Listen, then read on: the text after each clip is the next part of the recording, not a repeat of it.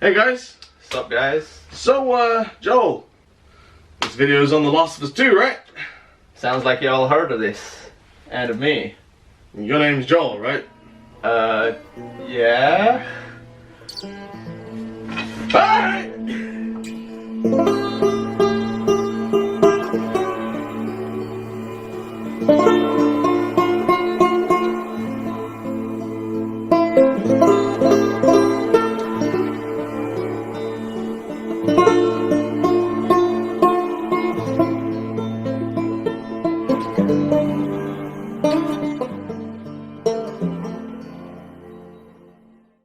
So, welcome to our Last of Us 2 review. It's gonna be a bit of a ramble one, this one. We haven't really scripted it. Yep, and just to let you know, basically, some background. We both played The Last of Us 1. To completion. Yep, completed the whole story, got most of the trophies and everything. And basically the situation this time is I actually played most of The Last of Us 2 after researching a lot of it. But Sean, if you tell them how your my relationship with The Last of Us 2 is, as soon as I saw the game being promoted, the first question that was on my mind is, where's Joel? He was such an integral part of the first game, so when they didn't show him in any of the trailers, I was a bit like, where is he? And they didn't really confirm anything about Joel until the voice actor himself came out and said, I've just finished doing Joel on The Last of Us 2. Yeah. That was the only confirmation we had that Joel was really in the game. And then after seeing more about the game, yeah, this was not something that me or my missus were really interested in playing, and she's a big fan of The Last of Us 1 too. So Sean, like a lot of gamers, I think, is one of the people who avoided it completely. I actually followed the spoilers and everything just because I heard they were bad. And I was a bit worried about Naughty Dog just following up because I knew they were kind of messing up their stories. So I was believing what the rumors about the spoilers were saying, so I decided to check them out. And yeah, I was not pleased with what I saw. So what we'll say is we'll preface this by saying that the two of us have got a negative opinion on The Last of Us 2, which we will go into detail. But if you like The Last of Us 2, we're not going to hold that against you. You know, everyone likes what they like. If you like The Last of Us 2, then great. I'm glad you got a good game out of it. But just know that if you are watching this liking The Last of Us 2, maybe you won't like what we're about to say, but don't hate on us because we're not hating on you. Exactly. This is just our personal opinion, and you're free to disagree or agree, whatever you want. So, as I actually played most of this game thanks to my friend who let me borrow it, a very good friend, because there was no way I was paying for this. No. And Sean definitely shares the same. No, never. Exactly. No. I didn't even play Last of Us Left Behind. till... Oh, wow, when? Maybe... 2017? No, I would say maybe 2015, I think, is when I played it. So it's still... I don't want to say it's relatively fresh in my mind, but it's fresher than most. Well, would you say you were a big fan of the game, or...? Yeah, it was a game that I'd never really looked at. I mean, I've looked at Naughty Dog games in the past, obviously. I haven't played the Uncharted series. I've finished Uncharted 1 and I'm going through 2. I fell in love with the Jak and Daxter games. So I know their stuff, and Crash Bandicoot, obviously. I know their stuff. But Last of Us was one of the games that was really overhyped, and when a game is really overhyped to the point where everyone's going, it's gonna be amazing! I kind of take a step back and try and get off the hype train, because 9 times out of 10 I just get sick of hearing about it. It's what happened with Red Dead Redemption 2 for me. I got sick of everyone praising that game before even playing it. So with Last of Us 1 I didn't really play it until late on, but as I did play the game I actually really enjoyed the story.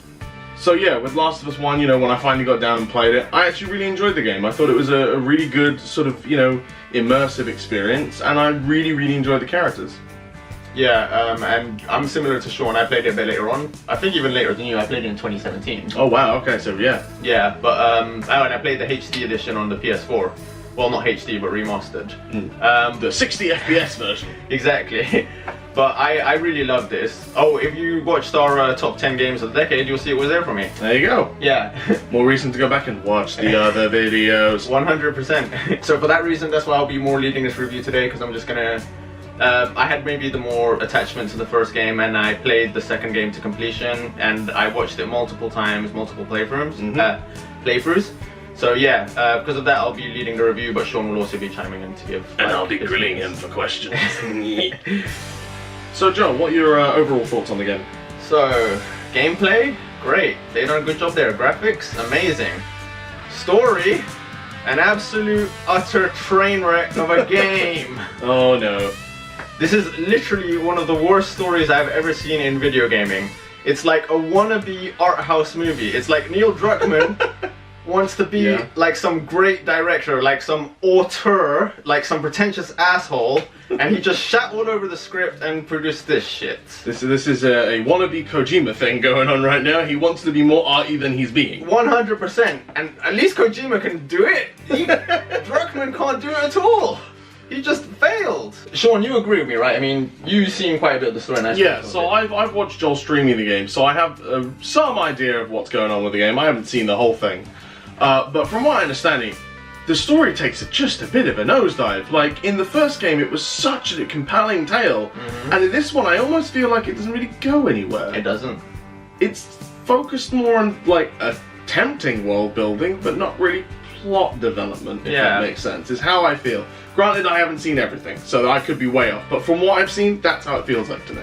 No, he's right, and the world building wasn't even that good because it feels like a lot of the realism from The Last of Us and the whole realistic approach to an apocalypse, that's gone out the window. It's just all there to serve basically this stupid revenge plot about a girl who travels halfway across the country while America's, you know, massively infested just to kill Joel, and she somehow finds him, bumps into him, and kills him, and then this sets off a revenge tale that takes 4 days.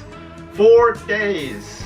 And yeah, like Sean was saying, there's just not much to the plot. It's basically a revenge story about Abby and Ellie, which, you know, I'm sure if you're watching this, you know by now who Abby is. Yeah, some people are very aware of who Abby is inside and behind the scenes. Oh, let's not even talk about that scene. Yeah, so 4 days, this just isn't anywhere near enough time to like build a conceivable, realistic revenge story, especially when Abby has to travel like halfway across to get to Seattle. And then in Seattle there's apparently thousands of wolves, and she's meant to find just one person or a couple of people in all of this masses. Well, of course, conveniently, she manages to find them, and then a whole bunch of stuff happens. I'm not going to go too into it because you can all see it, and a lot of YouTubers will go into it. But basically, the plot is just based on too many conveniences, too many contrivances, and it's really poor quality writing. And wasn't the thing about the first game is that it did take place over a long period of time. There were different seasons during the game as well. Yeah. To show the time period going forward throughout the year that the two of them are traveling together, which again helped bond the two as a relationship, Exactly. which is why we liked both characters in the first place. Exactly, and that was a crucial element of the first game. Because made it visually interesting as well with all the different seasons going on. And how you got to see so many different parts of America and stuff. Yeah, no. Which then made sense as to how the hell you were getting around in America for that long. Exactly. So, like, The Last of Us 2, realistically, there should have been entire seasons where Abby's trying to get to Jackson and where Ellie's trying to get to Seattle, but again, just doesn't happen. And with the graphical fidelity, why wouldn't you want to show off different seasons of the different locations that you're going to in the first place? Exactly, so it's just a wasted opportunity. And oh, of course we haven't gone to the big one yet, but Joel dies within the first 3 hours of the game. R.I.P. buddy, thanks for the sales on the first game now. Get out of here! That's an actual representation of what Druckmann said. Yeah, pretty much. I was horrified to learn that they'd killed Joel in the early hours of this game, because it confirmed my fears that the reason they weren't mentioning Joel much during any of the promotion is because they didn't want people to get attached to go, hey, Joel's back! What do you mean he's dead? Yep. Because that would have caused even more of an uproar than it already did. Exactly, so I guess they played it smart there, but it was, all the warning signs were there before it came out. Yeah, it was a big red alert in me that they weren't showing off Joel. Because arguably, I mean, you connect with Joel in the first game from the loss of his daughter. Yes. I would argue Joel is the player character because he's the one that you connect with. He's the main Ellie, character. you look after, but Joel is the one that you funnel yourself into. He is your portal into that world. He's the driving force behind the entire story. To be killed in the first 3 hours of the second game really feels like you're kind of killing the players of the original game. You're killing the fans. Their expectations, dashing them basically. And the way it's done, it was just done so disrespectfully and just Very brutally. poorly. I've seen the scene, it's not pleasant. Yeah. Now Joel dying in the second game would have been okay if it was done correctly, but they just done it wrong because 2 hours is not enough time. The state they put him and Ellie, their relationship, where basically they were estranged. Yeah, I was gonna say, it felt like from what I understand, it's a very strained relationship, which, when you consider the ending of the first game, is fine, but then you can't kill him 2 hours into the game, when the relationship, which was so tight in the first and kind of breaking at the end, you can't just sort of go, and none of that's resolved. Exactly. It's not a good way to end things, because it's just going to leave people with a bitter taste in their mouth. And I think the excuse for Druckmann with doing that was he wanted that to be sort of the motivation for Ellie to get revenge. But the funny thing is, at the end of the game, at the very last scene, is basically Ellie saying that she wants to give Joel a chance to forgive him. So that takes away exactly. What? Yeah. So that takes away the whole motivation in the first place of going for the revenge in the first place, because you know they were on the first steps to redemption. So it would have made more sense if they didn't, and you know, get to that stage, because then she would have wanted to kill Abby more. So again, it just doesn't make sense. It's a very confused game, I think. Literally is. So Joel, obviously in this game we have some returning characters, but we have a lot of new characters. Are there any particular favorites? Any people that you don't like? I can imagine there's probably one. There's probably one, definitely, and there's a whole cast of characters I don't like. Okay. This game is full of unlikable assholes that nobody can. I don't know who the hell is gonna relate to most of these people, because you got people who are like cheating on each other constantly, lying to each other, torturing people. Guys, it's the zombie apocalypse. Why are we cheating? Why are there relationships? Just fuck everyone and go! Exactly. Abby's friends are awful for the most part. The only cool person is Owen. Like, I will give it... That's Abby Squeeze, right? And by squeeze, I mean she literally squeezes him into this relationship. He has no way of getting out. He's literally, as we saw in the now infamous sex scene, he's, as Sean has seen as well, he's definitely forced into submission by Abby. Yeah, it's quite alarming how sort of brutish Abby seems to be, even to someone that she apparently wants to have relations with. Yeah, like... doesn't really make her look that likable if she's just gonna grab a dude and say, do me. and the funny thing is, just relating to unlikable characters, is that they have that sex scene after having an argument, arguing about basically torturing Joel to death. And oh good! That's the best kind of aphrodisiac. exactly. So, hey baby, you want me to rub Joel's blood all over you? Let's go. literally, like, the writing is just like, how am I meant to relate to these people when they're getting turned on by just the mention of torture? So the other thing is, you've got this character like Abby who's getting really into this sort of like brutality of the whole thing, which is fine in amongst itself, but then we're forced to play as her. Yeah. Which, as someone who has not played the game, makes no sense to me. Why am I playing as the antagonist? Especially an antagonist who is supposed to go, hey, you fucking killed Joel! Yep. Screw you! Why do I have to play as her? And if Druckmann had done it right, you know, at the end of it, you would have liked Abby, but that doesn't happen. No. From what I hear, everyone hates her. To quite a scary degree. Yep, 100%. Which I feel really bad for the voice actress, because I really like Laura Bailey. I like Laura Bailey in a lot of different roles. She's great. So when I heard she was getting death threats, I was like, no! Druckmann, what have you done? Yeah, I gotta say, I feel sorry for Laura, because I like her as Lucina, but yeah, she got unlucky with this role here. It's the thing that confuses me, because at the end of the day, people are sending death threats to the voice actors. They're just reading lines. Yeah, they shouldn't do that. They're not even writing the lines. Maybe they'll ad-lib a few, but like, come on. Yeah, so I think me and Sean will definitely say we don't support that at all. No, I wouldn't, you know, death threats as a whole are just foolish ways of just throwing anger on a page and hoping it hurts someone. And it's not right. Constructive criticism, that's fine. Yeah, which is what we're doing. It's what they say. You know, when it comes down to it, hate the game, not the game creators. 100%. Because the game creators are trying their best to make something they believe in. And even if you don't believe in it, doesn't mean you should start attacking them for it. Attack the game, that's fine. But don't attack the people. And we've called out Druckmann a few times here. We just want to say we don't hate Druckmann. No, it's just he is the creative force behind this game. Yeah. A lot of the decisions that were being made on this game were down to him. Yeah. So while we're not saying, put Druckmann on a pike, we need to, you know, basically constructively criticize and say, hey Druckmann, this is not what your fans want. We're calling Druckmann out, basically. Yeah. So with that being said, I'll actually say, I know there's a lot of hate going for Druckmann, but I'll say I do respect him actually, because he said time and time again that he knew people were going to hate this game, and the reason he was happy with that was because he just wanted to deliver his vision as like a director. So I respect him at least for, you know, going all out with his vision, but the problem is the vision sucks. So, you know, Druckmann, I respect you, but I can't praise you anymore. That's it. In fact, actually, one person you can probably sort of like compare the two between in terms of Last of Us 2 and another game is probably Metal Gear Solid 2. Yeah. because you get a complete 180 of the idea that at the start of this game, Joel's very much alive, then he's killed, and the whole plot spurs off of that. In Metal Gear Solid 2, you play as Snake, then Raiden shows up, and that's your game. And then a lot of people had problems with that, a lot of people didn't have problems with that.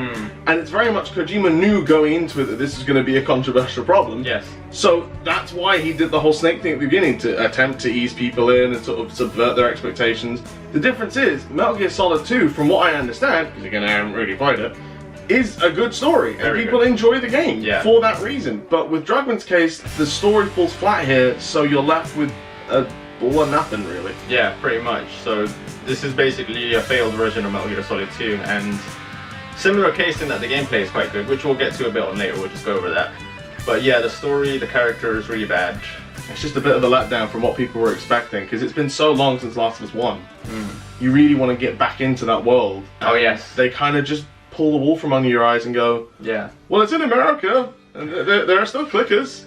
It's still Last of Us. It's like, but it's not the Last of Us that we fell in love with. Yeah, 100%. And that's your problem. So yeah, just to quickly wrap up on the story, the characters, the only character I could say I really liked was... That's a long pause there, Joel. I don't think I really liked anyone in the game, to be honest. Oh boy.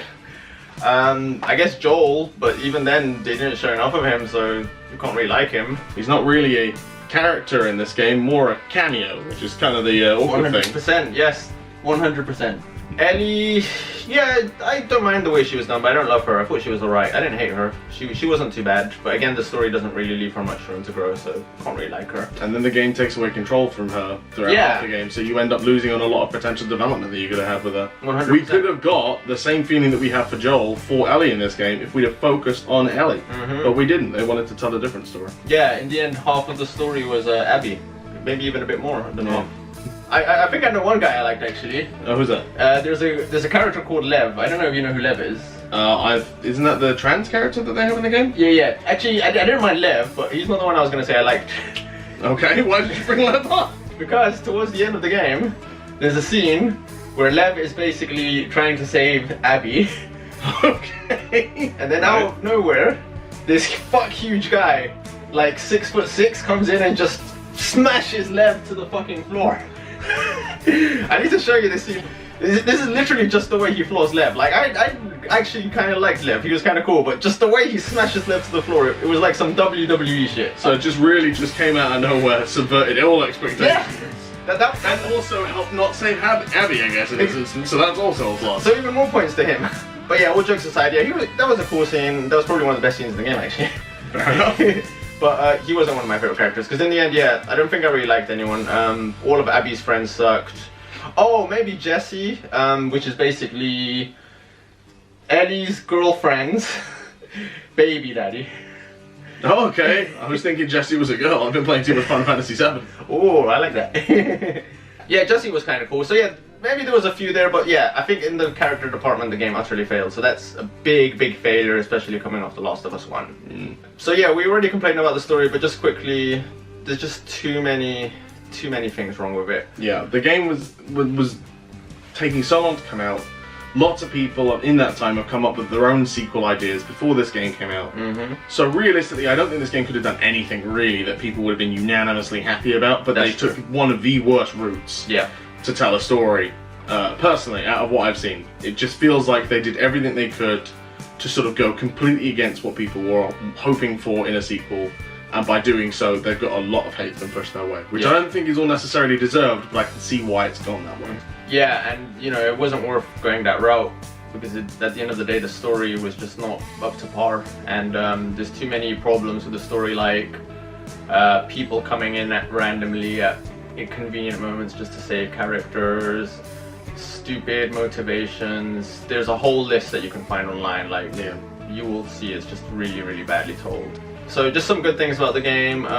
Oh, the graphics were phenomenal. Obviously what I saw was on a stream, so there's a lot of compression going on, but even I could see that the graphics were really good, and I have to praise that for definite. I mean, it's the same thing that we were saying about Last of Us 1.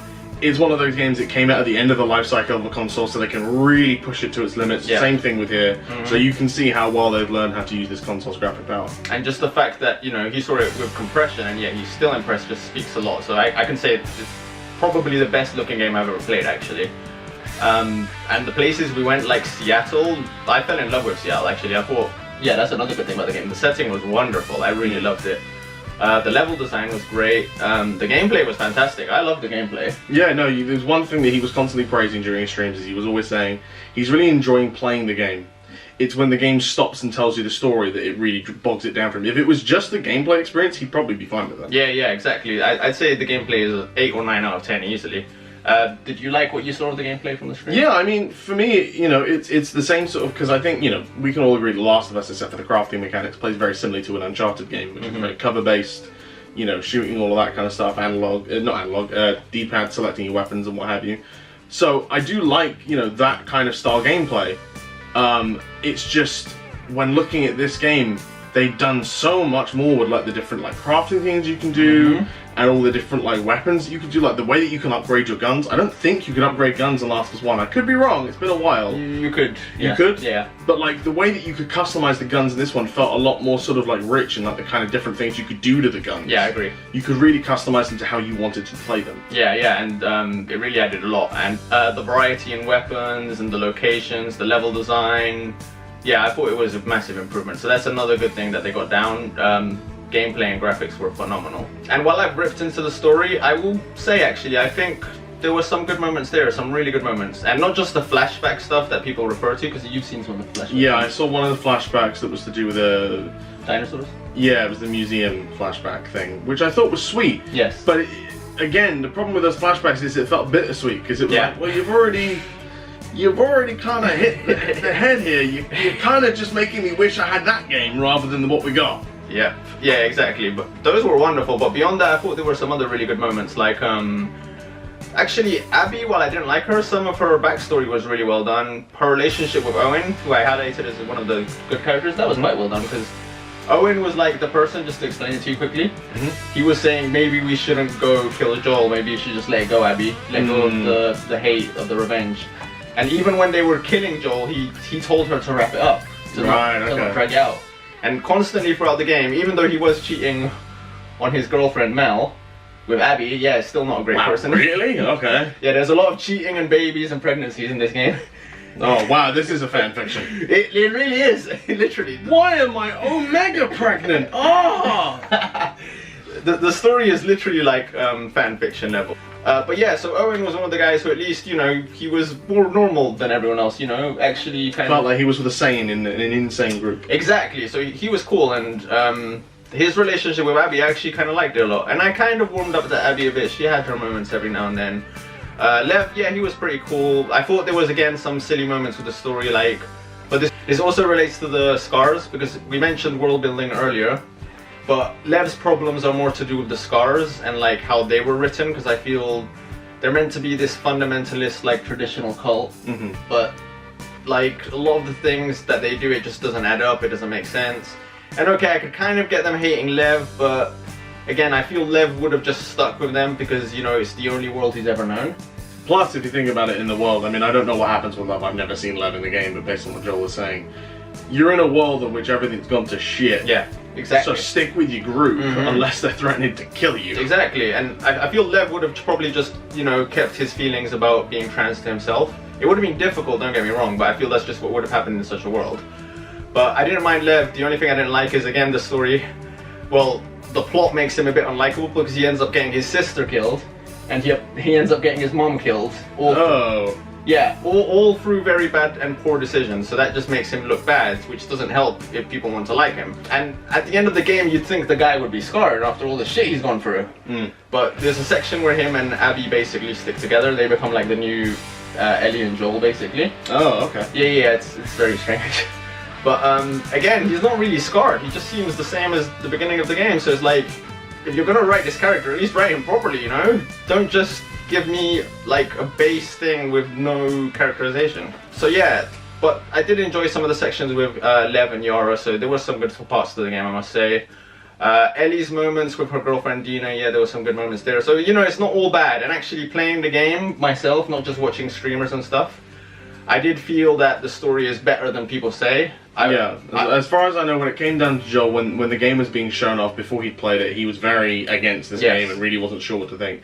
So after playing it, the fact that he's coming out of it and going, no, there were good things in the story. No, I really enjoyed the gameplay. He is glad he's played it. Yes, yeah, I am. He's just very glad he's not paid for it. Yes, 100%.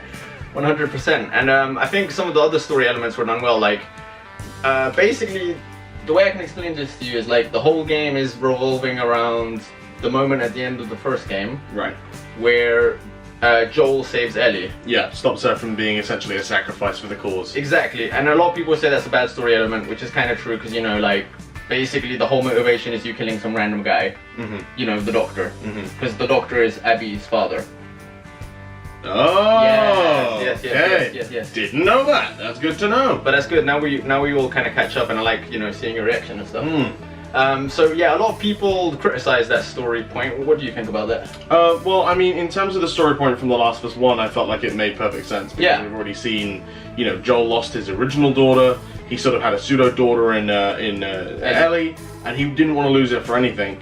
I do kind of feel like when you kind of retroactively do a plot point like that, it kind of feels a bit iffy. No, I've seen a lot of, like, you know, when you get like reboot movies or like sequel movies years later, that they try and retroactively fit this storyline in the canon of like the old, you know, like kind of stuff like that, which feels a little odd sometimes. Sometimes it works, sometimes it doesn't. Exactly. So obviously not experiencing it, I can't give like a full idea of what I think about it. So, you know, it's a plot that's used a lot nowadays with remakes and, you know, reboots and things. So I don't think that it's necessarily a bad plot decision, but I just think that I know it can go quite poorly. Yeah. So I can understand if people don't like that. I totally get it, because there's films and stuff and media that I've watched that I really don't like when they do that too. Yeah, and this is a big one lots of people have complained about, and for me, I'm more saying that it's not a good idea to base your sequel off of that. Yeah, that's fair. But it could have worked, and one of the things that this game did nicely was it kept going back to that moment. Right, okay. So it you- kept hammering it home, like, this is important. Exactly, and I thought that was well done, because you see it from Ellie's point of view, you see it from Abby's point of view, and there's sort of like... That's good then, because the last thing you want is just this obscure thing that happened in the first game that's never brought up in the sequel, but is what's going on, which is good. Exactly. I'm at least glad they expanded upon it, rather than just went, yeah, that thing happened and that's why this is happening. Exactly, and I thought that was quite clever, because I don't think Druckmann's the worst writer in the world. I mean, if I was basing it off The Last of Us 1 before this game came out, I would have said he was an amazing writer. Yeah, I mean, The Last of Us 1 was executed really, really well. It was, as like a last thing for Sony to do for their PlayStation 3, it was a big way to go out on. Exactly, and so I would have said he was amazing, but playing this game, you know, you can see a lot of things that, you see a lot of his weaknesses as a writer. But again, going back to that moment and the way they sort of fit it in the game, I thought that was done quite well. So again, there is good stuff in this game, and you might actually enjoy it if you play it, even if you don't like it. So yeah, as you can see, you know, I didn't totally hate the game. There's a lot of things that I think it actually did right, surprisingly, especially gameplay and graphics, and even in the story department. But overall, with everything that's wrong, and we could make an entire hour's worth of things that are wrong with the plot. There's so many small moments. Would you give it a rating out of 10, do you think? Oof. So out of 10, I would give it a 6 out of 10.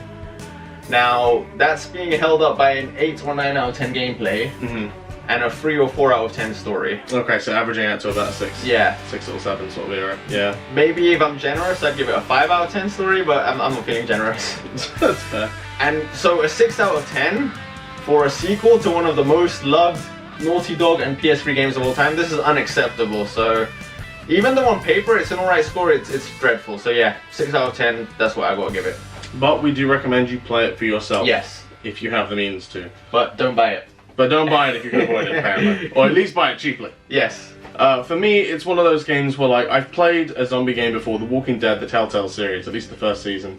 You know, it has a very similar idea to The Last of Us. You know, you have Lee, who then meets up with Clementine, who then they go on this journey together. And then, and spoilers for that game. Yeah. But basically, at the end of Season 1 of The Walking Dead's Telltale game, Lee dies and succumbs to a zombie infection wound. And basically, Clementine then has to go off on her own. And when you get to the second season, you're playing as Clementine. And I think that works better because people aren't going, oh, where's Lee, where's Lee, where's Lee? Because we know what happened. Yeah. You with The Last of Us 1, it came out in 2013. With The Last of Us 2 came out in 2020. That's 7 years of people going, wow, I can't wait to see Joel and Ellie again. If you'd have done something like take out Joel at the end of like The Last of Us 1, maybe give like Joel a sacrifice that would have allowed Ellie to escape the hospital and, you know, the rest of what was going on there, then no one would go with the expectations of I can't wait to see Joel and Ellie in Last of Us 2. Yeah. Which was the selling point of Last of Us 1. Their relationship really sold that game, and so to go into number 2 without that relationship, or at least hinder that relationship greatly, Massively. is going to be a massive blow to those fans that like that particular part. So, this is probably unorthodox, but even though you haven't played the game, Yeah. what would you rate it out of 10? So from everything that I'm hearing about it, I mean, I would probably give it around about sort of 5, 6. Because I'm hearing good things, I'm hearing bad things. I'm hearing a lot of bad things, but I am starting to hear more good things more recently. But it's nothing that is going to make me want to play or buy this game, at least not now. Maybe if they start teasing us Last of Us 3, and maybe that looks more interesting, I'll go back to 2. And maybe try it then to see how it, you know, lines up with 3. But for now, it's just not something that I particularly want to sink my time into. I've got more things that I have to play. Oh, I think you're right. So yeah, guys, that was our Last of Us 2 review. I hope you enjoyed that. Yep, hopefully it wasn't too rambly for you. Hopefully we don't get too much hate. We're just saying our opinions. Yep. Our opinions mean nothing. We're just spewing nonsense. 100%. So catch you later, guys. Alright, see you guys in the next video. Bye.